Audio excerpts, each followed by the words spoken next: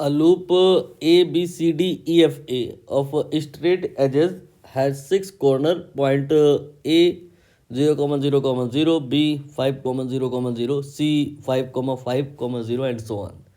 The magnetic field in this region is given to us. We have to find quantity of flux. Summary है कि हमारे पास यहाँ पर एक लूप है और इस लूप के बारे में ठीक से नहीं बता रहे हैं, उल्टा पुल्टा करके बता रहे हैं कि इसमें टोटल 6 कॉर्नर है और सबके कोऑर्डिनेट इतने इतने इतने हैं और वहाँ पे फील्ड है ऑब्वियसली, आपने यहाँ पे फ्लक्स कैलकुलेट करना है। कैसे होगा? जब इतनी कॉम्प्लेक्स बात हो रही है, सब में ही कोऑर्डिनेट गिवन है, तो फिर हम यहाँ पर एक्सेस बना लेते हैं। तीनों ही एक्सेस बनाएंगे, एक्स भी बनाएंगे, वाई भी बनाएंगे और जेड भी बना लेंगे। यहाँ पे अब हम जो ये पॉइंट है आपके, इनको बनाएंगे। सबसे पहला पॉइंट ए 0,0, वो तो यहाँ पे होगा। दूसरा पॉइंट बी 5,0,0, एक्स में आपने 5 और वाई में 0,0, जेड में 0,0, तो बी यहाँ पर आ गया। सी ये है 5,5 देन 0, तो एक्स यानी कि 5, वाई यानी कि 5 और जेड 0, यहीं पर बन जाएगा आपका सी। और डी ये है 0,5,0, मतलब यहाँ से चलो, एक्स में नहीं चलो, वाई में चलो, 5 चलो और जेड में नहीं चलो, डी यहीं बन जाएगा। इसके बाद में 0,5,5 ये कहाँ पे बनेगा? यहाँ से चलो, एक्स में मत चलो, वाई और जेड में चलो, 5 देन 5, ये आपका आ गया पॉइंट ई। इसके बाद एफ ये है 0,0,5, 0 मतलब एक्स में मत चलो, फिर वाई में भी मत चलो, लेकिन फिर जेड में चलो, जेड में कितना चलो? 5 यूनिट चलो, यहाँ पे आपको मिल जाएगा एफ। अब आपको इन सबको ज्वाइन करना है। 3D फिगर है, एक्स्ट्रा एफर्ट लेना पड़ेगा समझने के लिए। आपको ये बताना है क्या ये लूप प्लेनर है? क्या ये जो लूप है ये प्लेनर है? प्लेनर लूप समझते हैं क्या होता है? एक ऐसी लूप जो एक प्लेन में कंटेन हो जाए। ये लूप एक प्लेन में कंटेन नहीं हो पा रही है।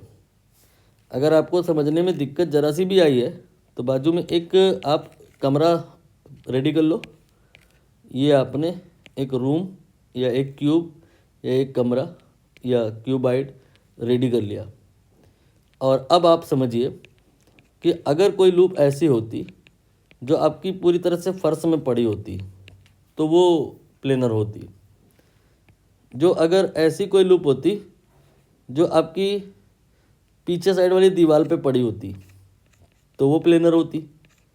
कोई ऐसी लूप होती जो लेफ़्ट साइड वाली दीवार में पड़ी होती, जैसे कि खिड़की लगी होती है ना, तो वो प्लेनर होती है।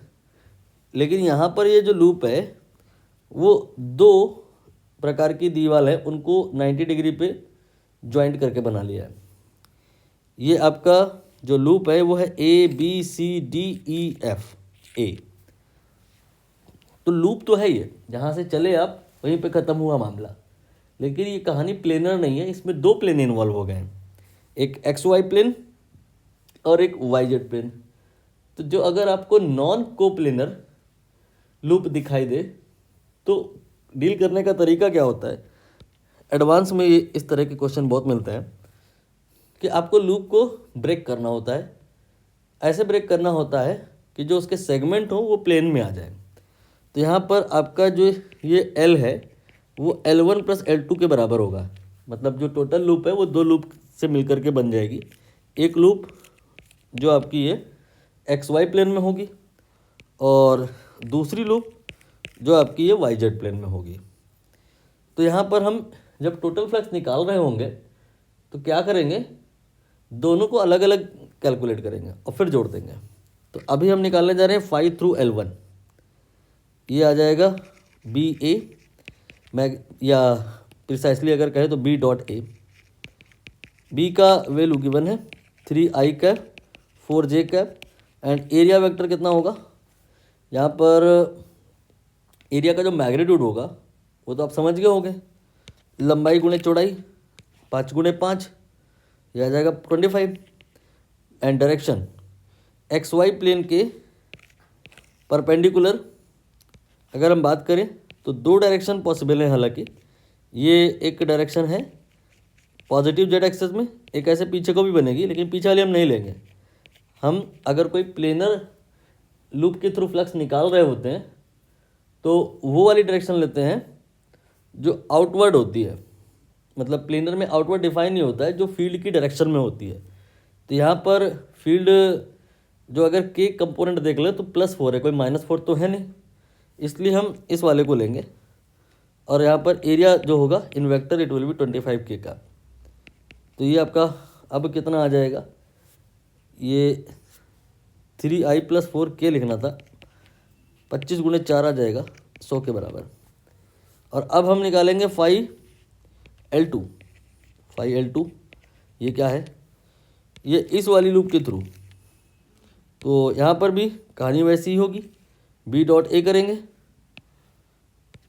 B वेक्टर गिवन है 3i + 4K, एंड जो एरिया वेक्टर होगा मैग्नीट्यूड 25 एंड डायरेक्शन। इसके लूप के परपेंडिकुलर आके अगर बात करें तो एक पॉसिबल डायरेक्शन तो पॉजिटिव एक्स एक्सेस के अलोंग है, और दूसरी जो डायरेक्शन है नेगेटिव एक्स एक्सेस में है। ये वाली नहीं लेंगे, ये ले लेंगे। क्यों ऐसा करेंगे, ये मैग्नेटिक फील्ड को देख के पता चलेगा। मैग्नेटिक फील्ड में जो एक्स कंपोनेंट है वो पॉजिटिव है, तो उसी डायरेक्शन में हम यहाँ पर एन कैप ले लेंगे, एरिया वेक्टर ले लेंगे। तो 25 आई कैप हो गया ये, और अब सॉल्व करेंगे तो ये 75 आ जाएगा। ये आपका φL1 है, ये φL2 है, और φL क्या आएगा टोटल, मतलब φL1 देन φL2। तो 100 और 75 दोनों जोड़ देने का, तो आंसर इधर पे 175 आ जाएगा, 175।